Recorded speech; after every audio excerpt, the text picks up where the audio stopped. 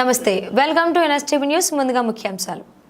సూర్యాపేట జిల్లా హుజూర్ నగర్లో రామస్వామి గట్టు వద్ద ఎన్నో సంవత్సరాలుగా నివాసముంటున్న నిరుపేదల ఇల్లులు తొలగించాలని అధికారులు ఆదేశించడంతో ఆగ్రహించిన నిరుపేదలు హుజూర్ నగర్ ప్రధాన రహదారిపై మంత్రి ఉత్తమ్ కుమార్ రెడ్డి ఫ్లెక్సీతో నిరసన.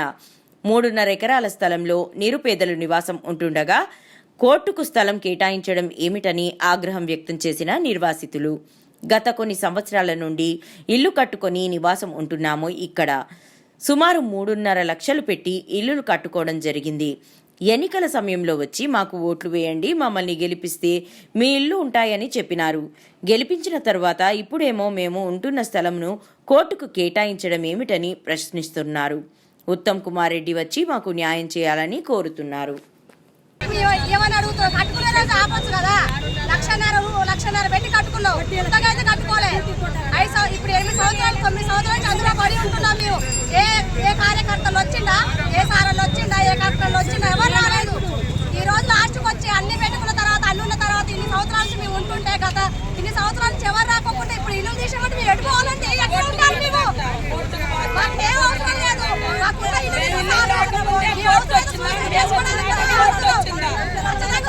చేసుకుంటాం, మా ఇల్లు మాకు ఇవ్వాలి అంతే. ఎవరు వచ్చి ఆ రోజు ఎవరు రాదు. ఈ రోజు రాష్ట్రంలో వచ్చి నీకు ఇల్లు తీసేయాలి, వాకిలు తీసేయాలంటే ఆ రోజు అడిపోయినావు నువ్వు. ఆ రోజు ఒక ఇల్లు కాదు, 2 ఇల్లు కాదు, ఎన్ని ఇల్లు కుటుంబాలు ఉన్నాయి. మేము ఉంటే ఎందుకు పోయి కట్టుకుంటాం? పావులకి, ఎండలకి, వాడలకి అన్నింటికి పోయి నడిచి కట్టుకుంటున్నాం మేము. ఎందుకు ఇట్లా మాట్లాడుతున్నారు మీరు? ఆ రోజు ఏం చేసిర్రు? ఉత్తమ్ సార్ మేము మీ గుండెకాయ సార్, మీ గుండెకాయ పోతుంది. ఈ రోజు మా గుండెలు పలుగుతున్నాయి. ఈ రోజు మీరు ఎడిపోయారు. మీరు రావాలి సార్, మాకు అన్యాయం జరుగుతుంది ఇక్కడ. న్యాయం చేయాలి మీరు ఇక్కడ వచ్చి. హుజూర్నగర్ ప్రజలు నా పేద ప్రజలకు మీరు ఇల్లు ఇస్తారని మీరు ఒప్పుకున్నారా? ఆ రోజు ఒప్పుకుంటే మీకు ఓట్లేసి గెలిపించిన ఎడిపోయినా సార్ నువ్వు. ఇంత అన్యాయం జరుగుతుంటే ఎక్కడున్నారు మీరు? మీరు రావాలి సార్, దయచేసి మీరు రావాలి. ఎక్కడున్నా మా కోసం రావాలి.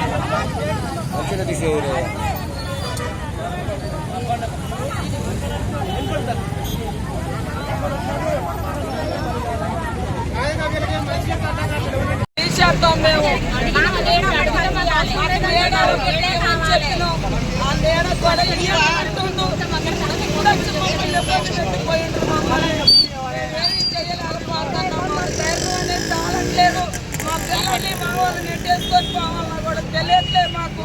మిమ్మల్ని ఏం చేస్తారో ఏమని మేమైతే దయచేసి రోడ్డు ఎక్కినాం. మా పరిస్థితి ఏమైనా చేయాలి.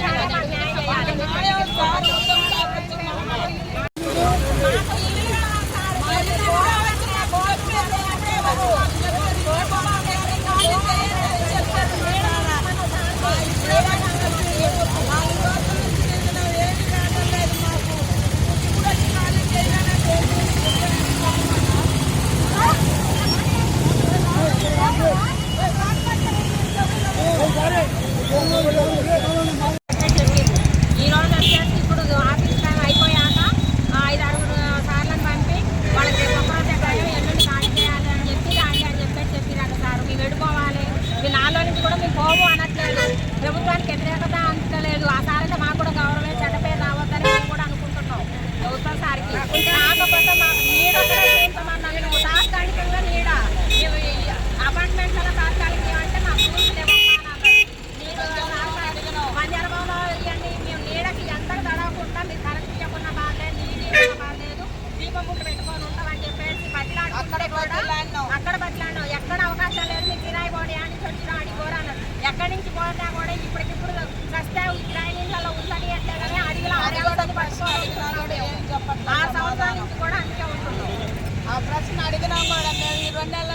తెల్లూరు రెడ్డో రండి పోయినా కూడా మీరు ఇయ్యరు సార్, మీరు ట్రాన్స్ఫర్ అవుతారు మాకు ఇయ్యరని కూడా మేము అడిగితే మేము ఇస్తున్నాం ఆమె, మీరు మంచితనంగా ఖాళీ చేసుకోండి, మా మంచి గౌరవంతో పోండి, మేము ఎంత మంచి అవకాశం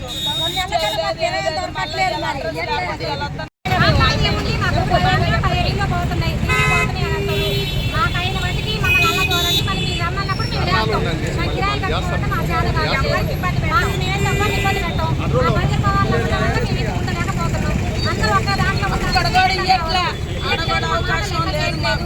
మాకైతే అయిన మట్టికి మాకు ఇవ్వండి, ఎన్ని కుటుంబాలు పాపం అన్ని కుటుంబాలకి ఇవ్వండి, మళ్ళీ మీరు రమ్మన్నప్పుడు మేము లేస్తాం. కానీ మమ్మల్ని వయసు పిల్లలు కాదు, అందరూ ఉన్నారు, మమ్మల్ని తాగం చేయదు. అయినా సరే అట్లా నివాసంతో ఉండి కూడా లేదు. కాలకట్ట మీద నుంచి ఈడుకొచ్చినాం, ఈడు నుంచి ఇప్పుడు 5 రోజులు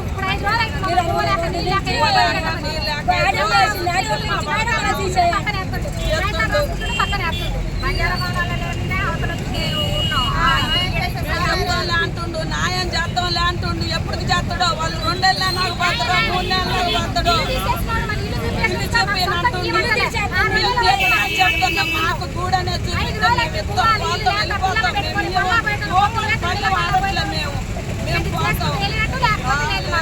మా పరిస్థితి అయితే అంత ఘోరంగా ఉంది కొట్టు దగ్గర. మరి మమ్మల్ని టెన్షన్లు పెట్టిపోతుండ్రు, మమ్మల్ని బాధలు పెడుతుండ్రు, మరి అంత పరిస్థితిలో ఉండలేకపోతున్నాం మేము. మమ్మల్ని జ్ఞాపకాలు వచ్చి మమ్మల్ని పెట్టెత్తుర్రు, మీ ఇష్టపడరు, కూలుపుతానంటుర్రు, అల్లుండి సావండి మీరు కూడా అని అంటుర్రు. ఇందాక వచ్చి ఒక వ్యక్తులు ఇందాక చచ్చినా మాకు మేము తీసేది అని మాట్లాడిండు. అంటే మా ప్రాణాలు తీసుకోవడానికి సిద్ధపడ్డారు వాళ్ళు. అందరినీ మేము మా కట్టుకోవడం ఆ ప్రాణాలే నల్లబోయే బదులు పోతాం. ఎందుకు ఈ బాధ?